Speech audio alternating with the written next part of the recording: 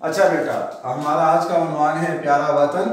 ज़ेरी उन्वान हमारा है मशक़ी सवालात का हल। इस नज़म के शायद जैसा पहले मैंने आपको बताया था अख्तर शेरानी साहब है।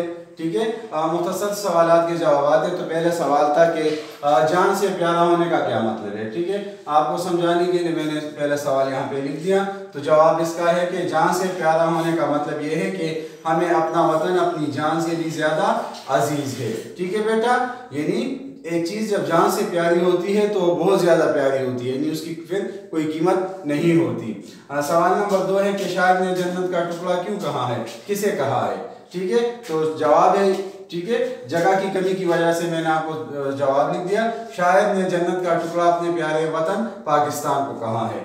जवाब नंबर 3 है कि हमारे वतन के बागात और जंगलात बहुत हसीन और खूबसूरत है, इनमें हर तरह के फूल और फल पैदा होते हैं, हमारे वतन के बागात खुशबू से महकते हैं। ठीक है, अल्हम्दुलिल्लाह हमारा वतन जो है इसमें बहुत प्यारे बागात और बहुत खूबसूरत जंगलात है, और हमारा वतन जो है ये फूलों और बागात से भरा हुआ है, और ये बागात खुशबू से महकते हैं।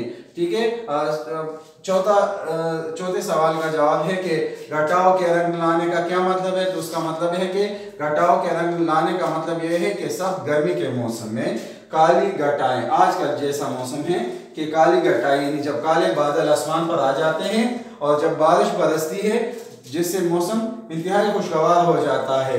ठीक है, और हर तरफ हरियाली छा जाती है। ठीक है, तो घटाएं इसी तरह रंग लाती है कि सख्त मौसम में गर्मी के मौसम को ये खूबसूरत बना देती है और इंसान फरहत और खुशी महसूस करता है।